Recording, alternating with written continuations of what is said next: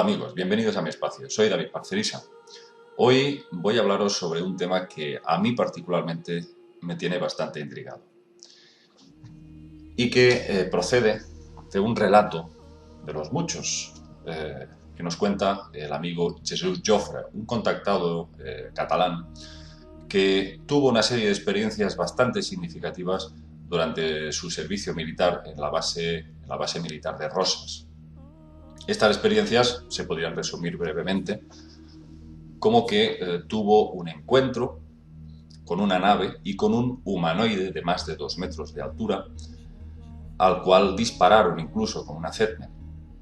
Se hizo un amplio informe militar sobre este encuentro y incluso Jesús Jofre pues fue invitado al programa de Iker Jiménez Cuarto Milenio.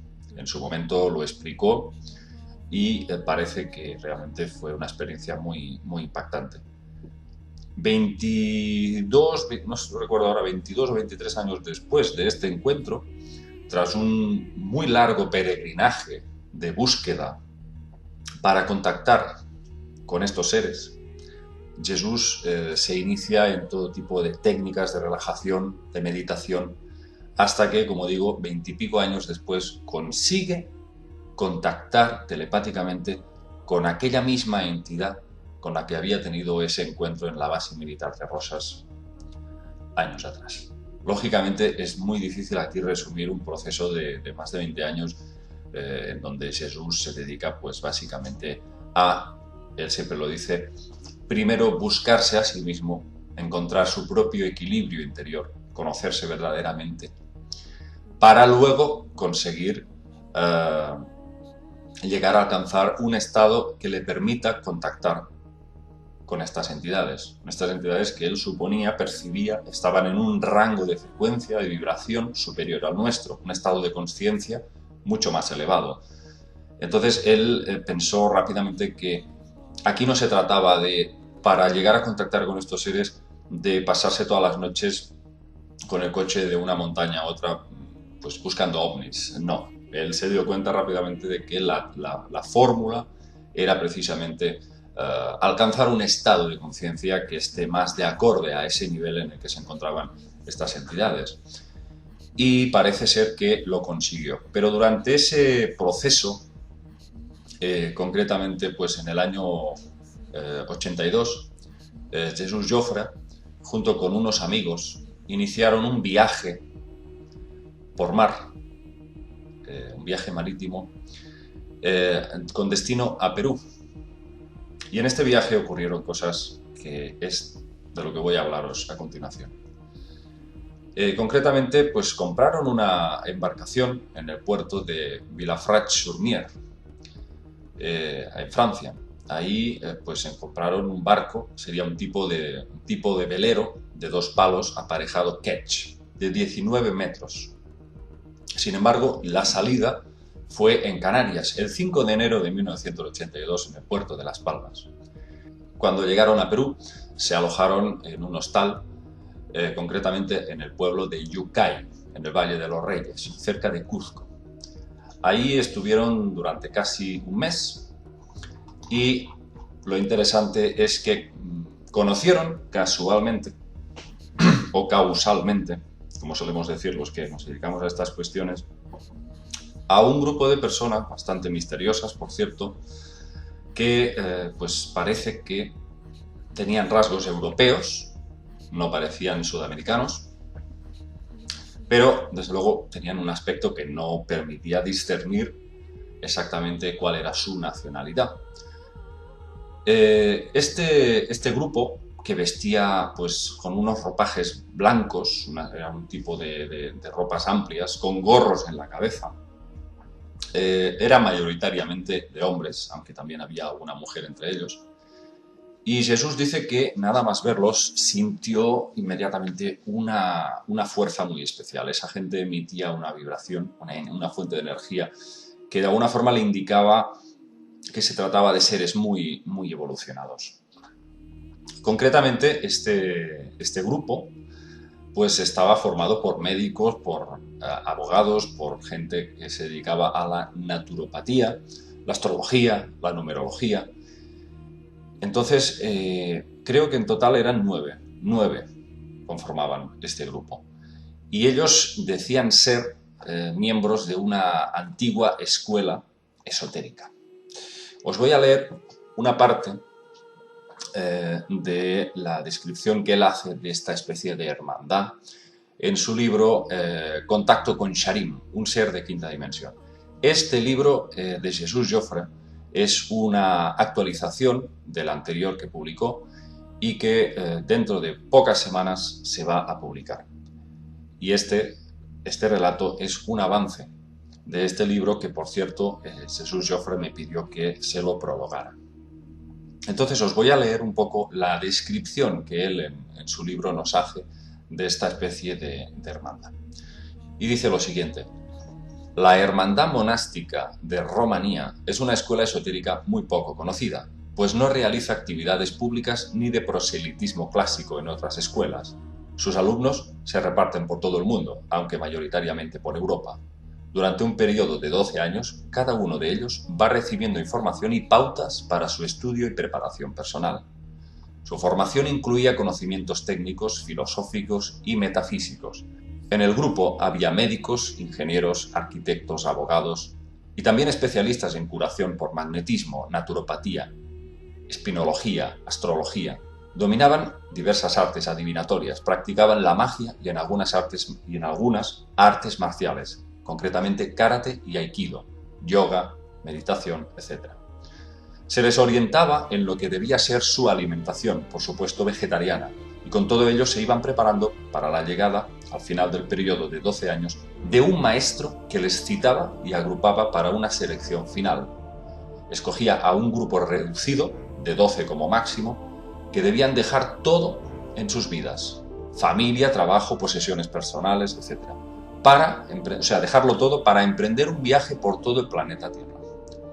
Deberían guiarse por su intuición y por las señales que irían recibiendo a fin de localizar los puntos energéticos por los que transcurriría su viaje hasta su destino final, un lugar en el que tendrían la posibilidad, los que hubiesen llegado ahí, de trascender y escalar un peldaño en el camino de evolución del ser humano, en su regreso al origen. Esto es lo que nos cuenta Jesús Joffre en su libro Contacto con Charim, un ser de quinta dimensión.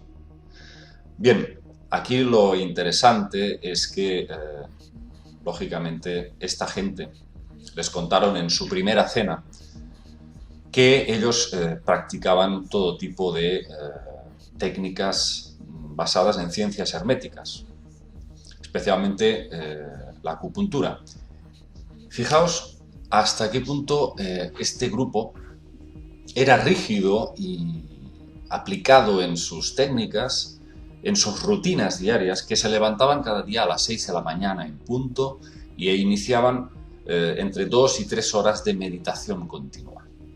Pero durante ese proceso, lo más curioso es que Jesús veía cómo cogían las vértebras de la columna vertebral y se lo hacían unos a otros diariamente, y se las iban poniendo a sitio. Se escuchaba incluso el crujido de los huesos, y ellos decían que se realineaban la columna vertebral, que tenía que estar perfectamente recta para que los chakras, la energía que se iba desplazando de un chakra a otro, fuese ascendente y correcta, que no hubiese ningún tipo de ruptura en ese proceso energético. Entonces, claro, el grupo de Jesús se quedó muy sorprendido por las cosas tan extrañas que hacía esta gente. Además, una dieta estricta vegetariana. Todo tenía que ser a unas horas concretas. La alimentación, ya digo, era algo pues esencial en todo este proceso en el que ellos hablaban de un proceso evolutivo en el cual llegaba un momento en que la maestra, que parece ser que se llamaba Quiné, era una señora de unos 50 años aproximadamente. El resto aparentaban entre 25 y 30 años, parecían mucho más jóvenes. Pero esta señora, la la maestra, la líder de este grupo, parece ser que era una clarividente pues, extraordinaria.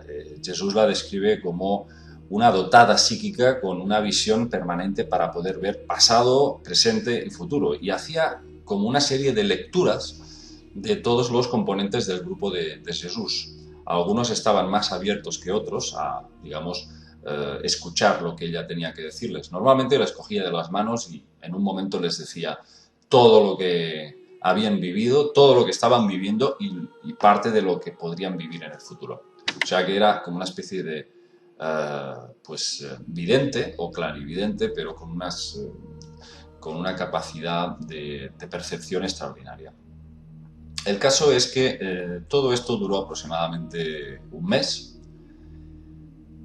y hasta que llegó un momento que Jesús sintió que ahí había algo que no encajaba, porque básicamente esas personas tenían tal cantidad de conocimientos, les superaban en tantas cosas, a nivel emocional, a nivel energético, a nivel intelectual.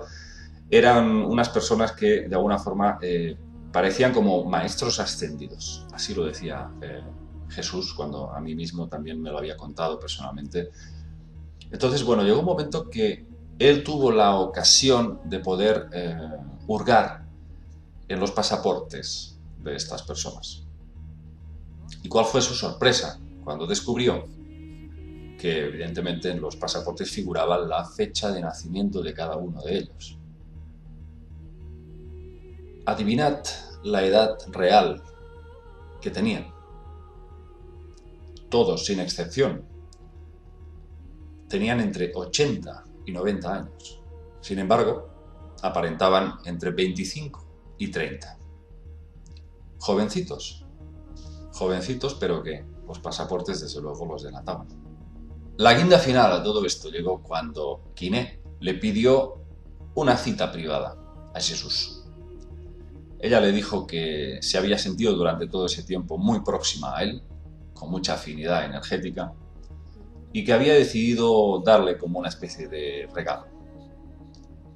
Una visión remota que se produciría si él realmente se concentraba y tenía un poco de capacidad para abrir su mente.